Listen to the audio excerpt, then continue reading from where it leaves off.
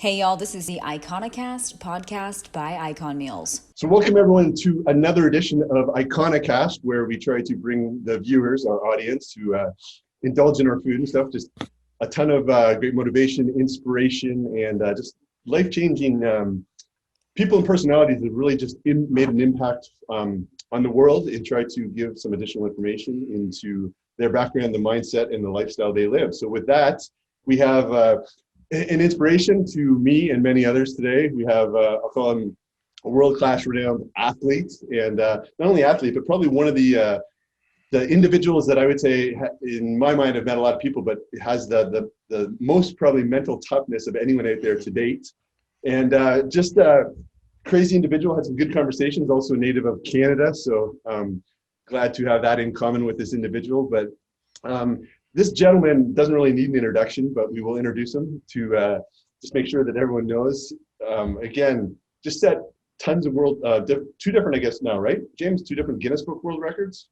Well, it'll be four once Okay. these two are approved and put through. So yeah. Oh wow, that's awesome then. So we got to update that to four. But with that, Mr. James Lawrence, welcome to ICONiCAST. I appreciate you being on for a few minutes with us today. Awesome, absolutely, thank you, and just super stoked to do this one, just because I know you've got a really cool, like-minded audience, and you guys were kind of a big part of our journey. So it's great to finally touch base again after the dust has settled. Yeah, and your mind is clear, a little bit clearer. Clearer. I wouldn't say clear. But again, I appreciate you being on today. So I just wanted to go through, I guess, a few things really, like how you got started in different stuff in here, right? So I read some early on when you, I guess, was running and all that in early years, like for your, I'll call it teenage and different things, wasn't your forte, right? No, it wasn't. I mean, I grew up doing all regular, normal athletics, and really gravitated towards wrestling. And so that was kind of the foundation of, my junior high school years and after high school. And really, I attribute it to a lot of my mental toughness and grit and resilience, because, that's the kind of sport where, dude, if you're not if you're not willing to take a few licks, it's not the sport for you, and you'll quickly find out who you are. And then just as I got older, you get married and you have a couple kids, and you mentioned you had a little side project called the Dad Bod and whatnot, and so that that kind of started to happen, and just really started running with my wife.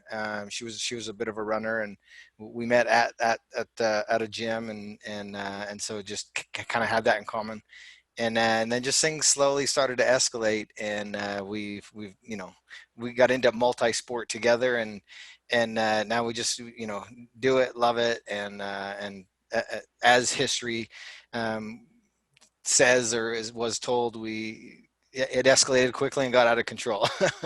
Yeah, so just to set these bars, just make sure I have my right date. So the first, I'll call it, record you have, it's 22 half. Is that the half triathlons back in 2010? And then you did the 30 full distance triathlons in 2012.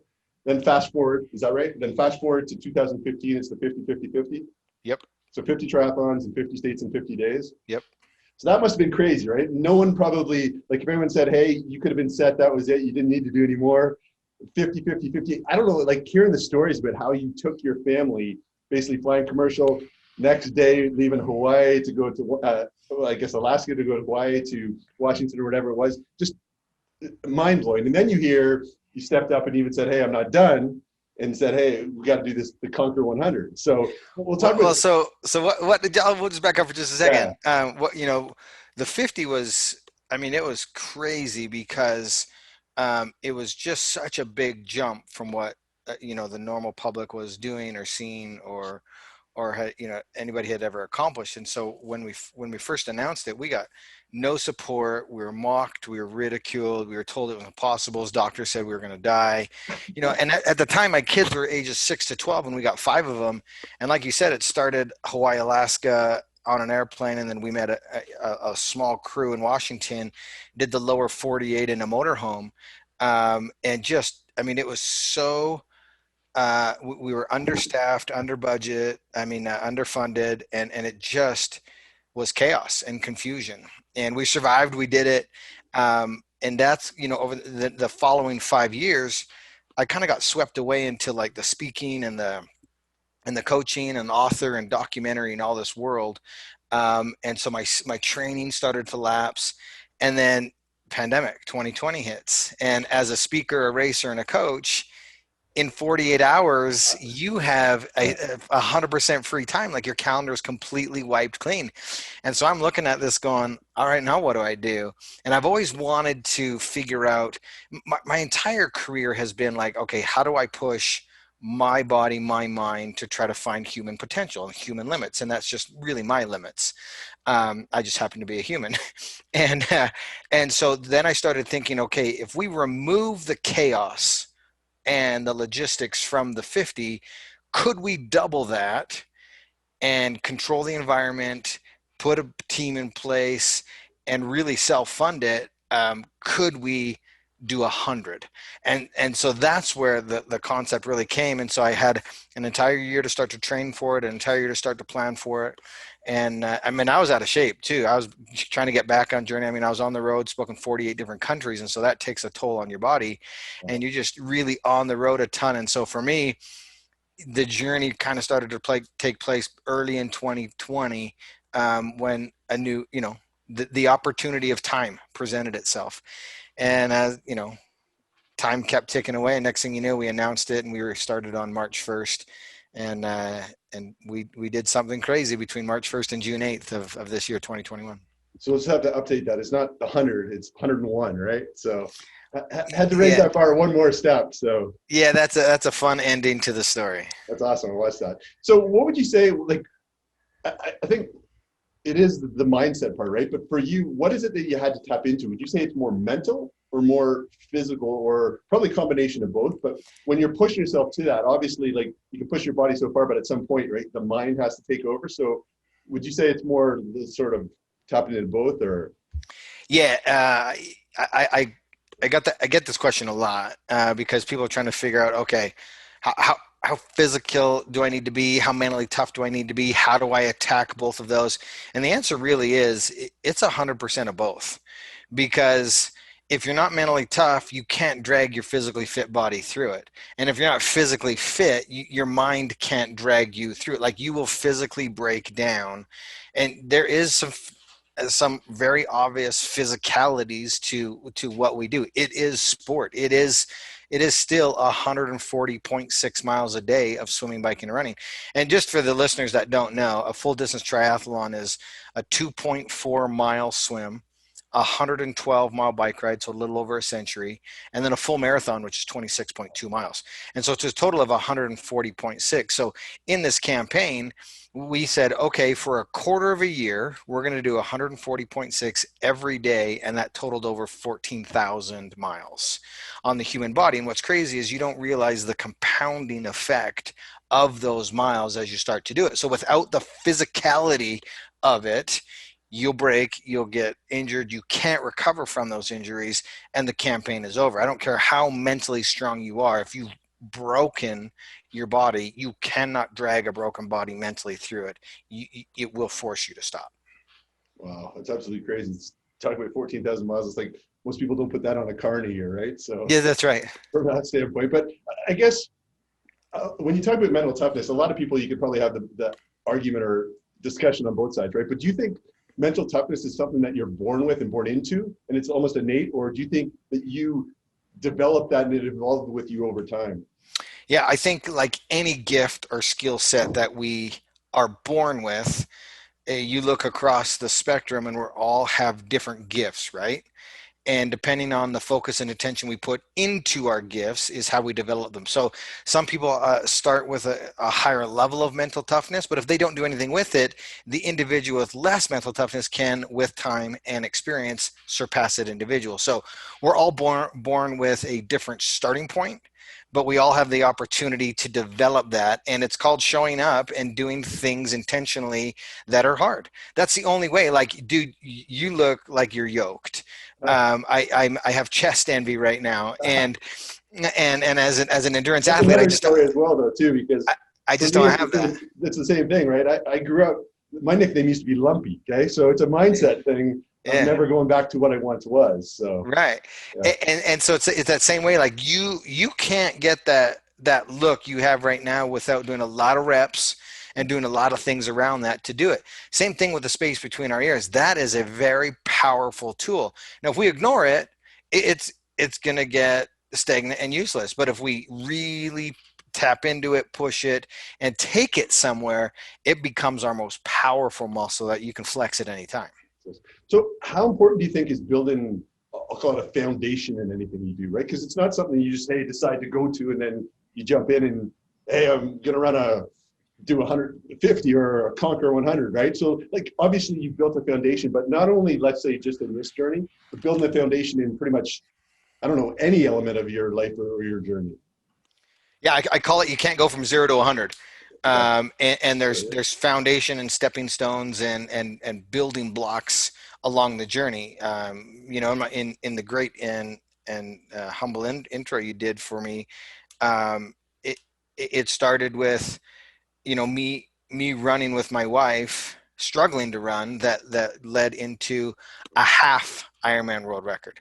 Well, there's fulls, there's consecutive, I mean, there's all these things that I couldn't even consider until I had accomplished that, gained that knowledge, gained that experience, and started to flex that mental muscle and building those foundational blocks. The reason that I can keep injury at bay. Now, trust me, I get injured with the type of stuff that we do, but I can manage it and I can keep a lot of it at bay because of the more than a decade worth of work that I've done. And that's what I mean by you can't go from 0 to 100, mean off the couch to 100, because it takes a decade to get to 100 where you can even conceptualize something like that.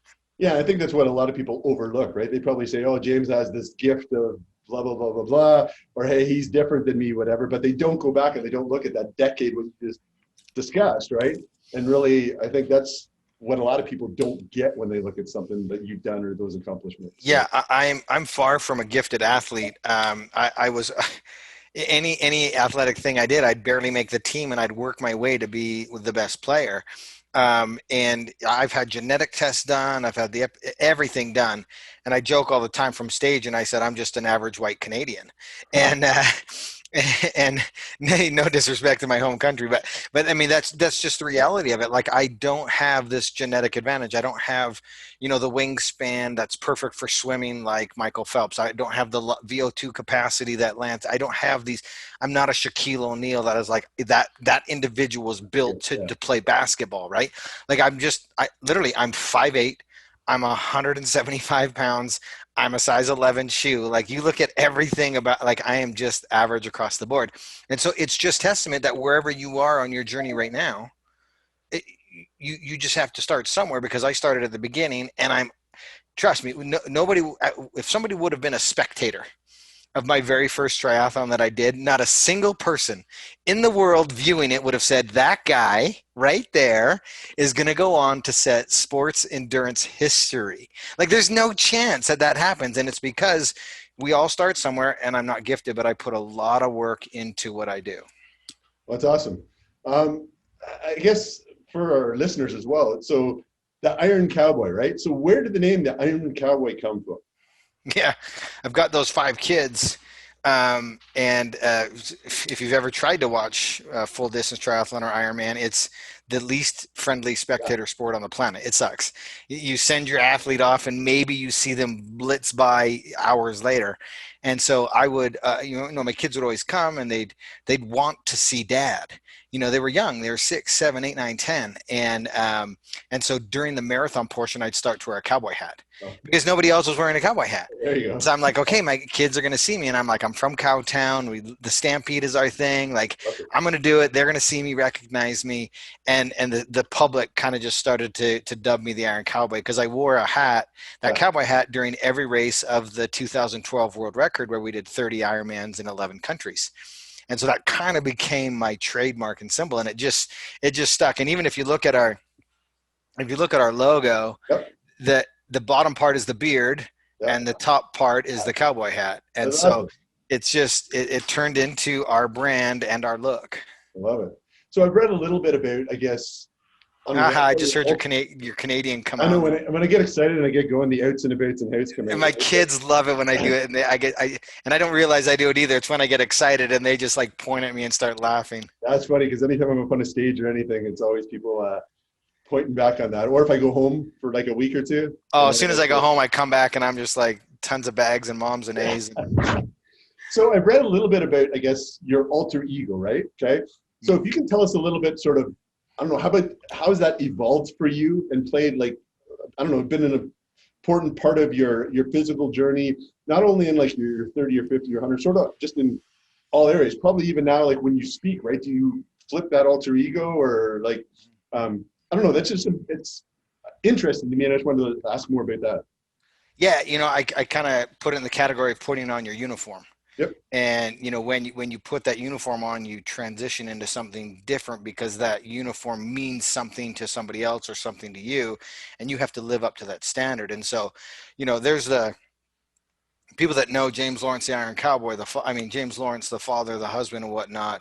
Very quiet, very reserved, likes his space. And then there's the Iron Cowboy, who's like, get out of his way. He's going to accomplish anything at whatever it takes at this time, And so really, that alter ego plays a huge play, and I think it takes time to be able to learn how to flip that switch. But I think it's important that people do it.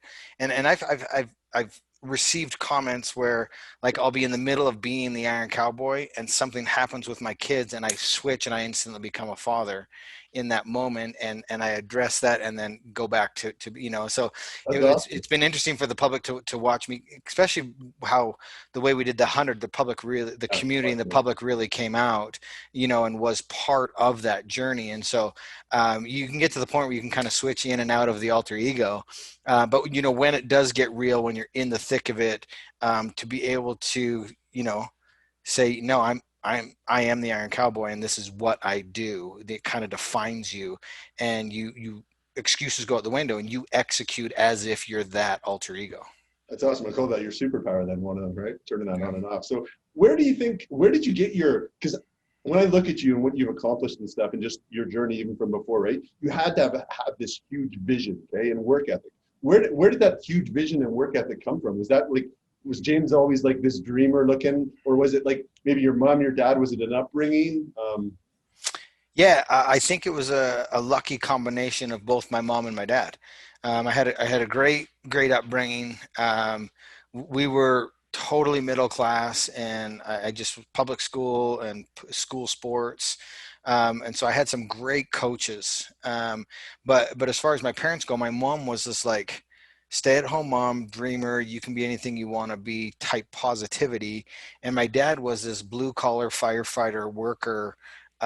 You work and earn your space. And I think I took both of those and I was like, okay, I'm going to dream as big as I can, and I'm going to put it in that work ethic. And so just the marriage of those two personalities made it so that I dreamt big, and when I choose to go all in, I get after it. It's awesome. I love it. So another thing you do is, I know you set your standards extremely high, right? So is this like, and you constantly raise the bars, because like you could have been done after your first year, you're 30, right? You could have been done after you're 50. You could have been done after you're 100. I'm sure you're not done. So whatever. No, I am. I'm done.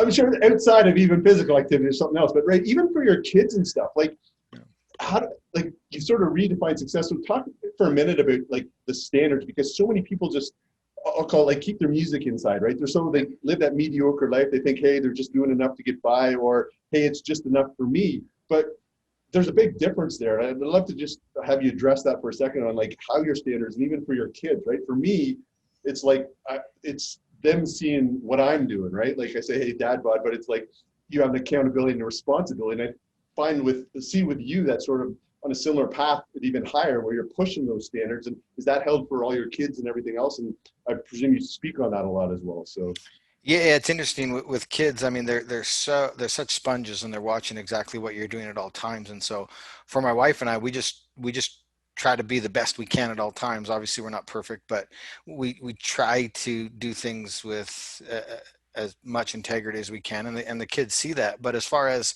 um, uh, uh, what were you asking? I was asking about the standard sort of. Oh yeah, the standard. You know, when I did the 50, people were like, "Hey, do you know this athlete? Have you seen what this person's doing?" And I'm like, "No, I don't care what they're doing because I don't want to compare myself to what others are doing. I want to achieve what I believe is possible." And what I see a lot of people doing is they're setting the bar based on what other people are achieving. And that's dangerous because now you're limiting yourself. To me, I think what other people are out there achieving is where you kind of strive to get your momentum and do what's inside your belief pattern and system and capabilities. And obviously you have to have stepping stones to get to that level and then beyond it. But don't let other people around you influence what your potential is, because you could be limiting yourself. Because at the time, you know, there was Rich Roll talks about the Epic 5 and the race that we did. And so I could have looked at that and said, okay, these guys are doing the Epic 5. I'm going to go out and do 10 and double what the current standard of excellence is right now. Well, I didn't do that. I went and said, okay, I think I'm capable of 30. So I went from 5 to 30, and that's why everybody right out of the gate said, that's not possible. The 5 is the standard. Yeah. And I'm like, that's the standard for that guy, not for me. And then I was like, okay, the 30 broken up over a year, man, I think now that I've done that, I truly believe that 50 consecutive is possible. And then I would have never said 100 was possible, but then once you do 100 and you give yourself 5 more years to process what happened and take those learnings, now 100 becomes possible, right? And so you completely have this, you need to put your own set of limiting beliefs aside and start looking beyond what everybody else is doing so that you can continue to raise the bar for you, because your bar isn't my bar. Yeah, that's awesome. So a question, I don't know if you ever got this before, but if you had to use only one word to describe James Lawrence yourself, right? What would you use? I'm a dad.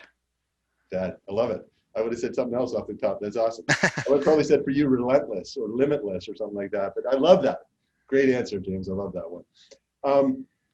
How did you develop, I guess, the belief in yourself? Because I've always said, if you can't believe in yourself, you got to surround yourself with people that can believe more in you until you have that belief, right? So, like, how did you develop that over time? Yeah, I love this question because it's the whole piece of you can't go from 0 to 100, and success breeds success, confidence breeds confidence, right? You have to put yourself in a scenario where you can start to accumulate small wins that build momentum. And that's what people don't do. They try to go from 0 to 100 and they fail.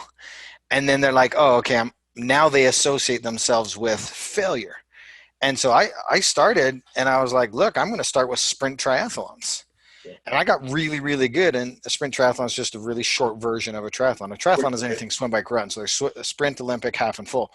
And so I did sprint triathlons for years, and to the point like I was winning the events, and I was like, okay, now it's time for me to go up. Yep. And we coach athletes, and they call me up and they're like, hey, I want to do an Ironman. And I'm like, okay, have you done a sprint? And they're like, no. They're like, I want to do the full. And I'm like, okay, cool. But like, what's your foundation? And they're like, nothing. I want to go from 0 to 100. And I'm like, okay, let's have a conversation. It's the secret, right? So, yeah. Wow. It's awesome. So I've heard you talk on different podcasts, I think in different articles and stuff, about commitment, right? How important is commitment in your life and in your journey? Because I think like you've obviously, once you're you're committed, right? You've talked about that ball and putting all the little excuses and pieces that you've looked at. So can you speak on that for a minute? Yeah, for sure. Commitment's huge. I call it going all in. I actually sign a lot of my books, Go All In, because as soon as you allow, whatever the opposite of commitment is, non-commitment, yep, into your brain atmosphere, you give yourself that excuse. And so you have to go all in, and you have to believe it, because you can't even go to that space. Like you have to be 300% all in. And for us and the team, like our team's comprised, our core team's comprised of myself, my wife, Sunny, and the 2 wingmen, Casey and Aaron. And the 4 of us, like as soon as the gun goes off, like we're all in, and there's no quitting, there's no excuses. There's only problem solving and moving forward. And that's the only way to do it. You have to go all in. Like when the gun went off for the 100, we were all like, okay, we're going to get to June 8th. It could get ugly between now and then, but we're all in and we're going to get through it. And so, that commitment to the project and what you're doing is super important, because without it, you start to have that doubt. And as soon as that one person comes into your life that like backs up the fact that you maybe have that question about your commitment, dude, they're going to convince you otherwise. Because when you're trying to be exceptional and you're trying to do something at a super high level, you can't afford to have those people in your lives to try to bring you down. And so you've got to eliminate them out of your lives, because they're going to creep up. And if you lack that commitment and confidence in yourself, you're going to get swayed into that camp, and that camp always leads to failure. I love it. I use the term sometimes when I'm speaking stuff. We call it living an excuseless life, and you define that. So I love that. Awesome. So let's just transition over for a second before I have a few more questions. But let's go into sort of your diet, right? Your training and stuff.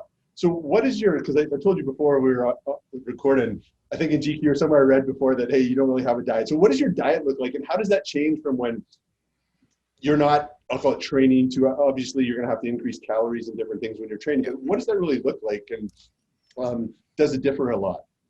Yeah. So, there's so many different types of ways of eating. Yep. And I'm not clowning on anybody. Like, if you want to be a vegetarian, be a vegetarian. If you want to be a carnivore, be an all carnivore. If you want to be keto, be keto. Like, I don't care. You do you. But if you were to take every single diet, fad, whatever it is right now, and pulled out the one thing that's the same between them all, it's eliminate processed sugars. And so for me, when I'm getting closer to race or closer into a big project, I'll slowly start to remove that and become more strict. And on the surface of it is I just eat real food. And if you're on a weight loss journey, now it becomes portion control consumption versus calories in, calories out. And then you want the highest quality of calorie to come in to go out. So when I'm doing something like the 50 or the 100, I can eat 10,000 calories of whatever the hell I want, because my engine is just burning so hot. But here's a perfect example of how normal I am. As soon as I finished the 100, I had to stop so that I could recover and get my body back, get my mind back, start to balance my hormones out. Well, I didn't stop eating. I went from 170 to 190 quick, right? And so now I'm back down to 180 and I've got 10 more pounds to go. But it all comes down to how much you're moving your body, what your lifestyle is, and then what you're putting in your body. And as soon as I came out of my recovery and started moving again, I brought Icon meals back into the picture, and I've lost 10 pounds because I'm controlling that element. I'm eating really clean foods. There's no desserts, no candies, no sugars, and that's coming out of it. And so that's been really the path on how I got back down 10 pounds over the 4 or 5 weeks. And then I've got 10 more to go, and I'm going to stay on the program. Awesome. So tell me a little bit about sort of, do you use like supplementation and stuff? So I know, and then tell us also a little bit about speed sauce. Like, I think is that your electrolyte formula? So we stopped doing speed sauce. Okay. Yep. And so I do supplementation. We do the protein drinks, the pre-workouts, all that stuff. I work with a company, First Form, Andy Frisella. We've talked about him. Great, they were a huge part of our journey. And so really enjoyed working with them and just on their entire stack. They just do a great job. They put out a great product. They've got an amazing culture, just like you guys do. So really the combination between real food that you guys have and then the First Form nutrition, supplements and all that really makes it whole. So we work with a lot of their athletes and stuff as well. So we have for a long time, but I have a relationship with Sally, Andy, and Chris. So they're great guys. Great guys. Like I said, it's the first time I really ever heard with you back in Andy's podcast on EMF CEO. But let's talk quickly about training, because most people are going to say, hey, you run, you cycle, you swim, right? But how do you build, like, I think there's probably a lot of people just would say, hey, it's your main muscles, but I know what you do in the pounding. You just said you went 14,000 miles in your body, right? It's obviously got to be a lot of ligaments and tendons and the little stabilizing muscles between. So what else are you doing? Are you doing strength conditioning? Are you doing like a HIIT style, steady state? You probably don't need to do a whole lot of cardio. Of course, it's conditioning for your lungs and stuff, endurance, but is there other pieces that stabilize those smaller muscles in different things outside of what the normal person might think? Yeah, so this is two different conversations too, because you've got the strength component side of things that you have to start out slow, because the muscles grow faster than ligaments and tendons, and they need time to catch up. And that's why people get injured when they go 0 to 100.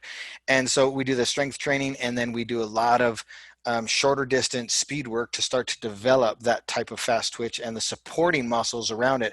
I do a lot of trail running, a lot of unstable surface running, up, down, side to side, rocks, roots, all that kind of stuff to get your hips, your ankles, your flexors, all of that good, your Achilles.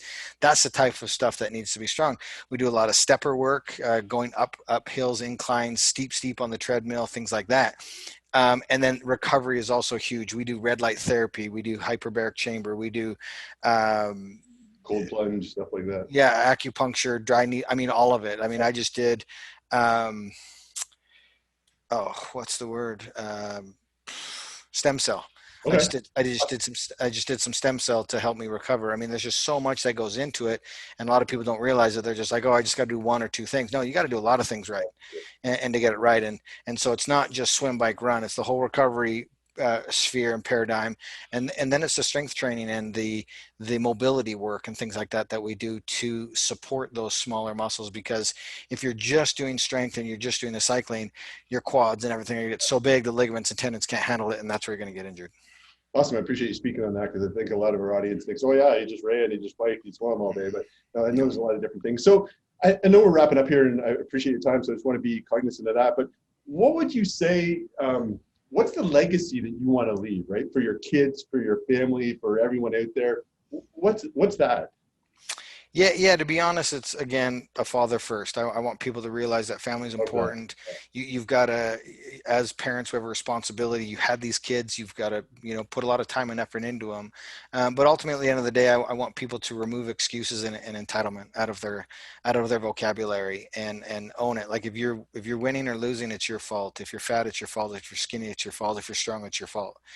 And I want people to take that ultimate accountability. If you don't like the way your life is, make a change and do it. We all have, especially here in the United States, we all have access to great resources. And if you don't have it, go get it.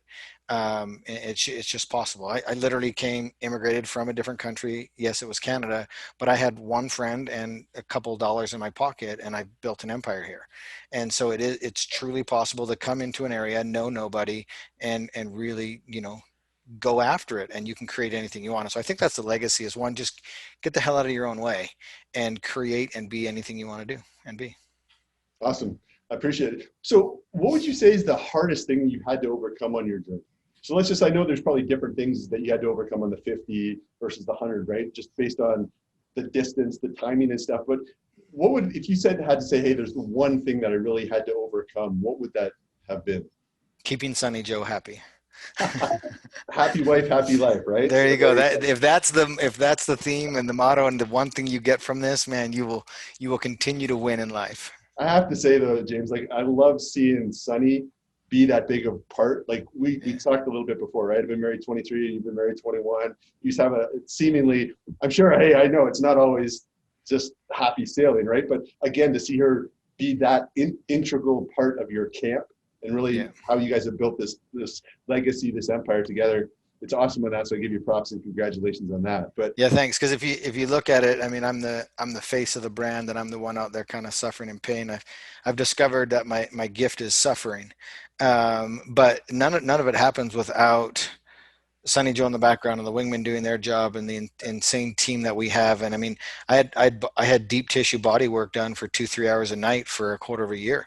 That team really put me back together every single night. They were here from 8 p.m. to midnight every night. I mean, that's just such a commitment, and none of it. I mean, again, you see me up front, I'm in the pictures and all this, but none of it happens without the behind the scenes stuff.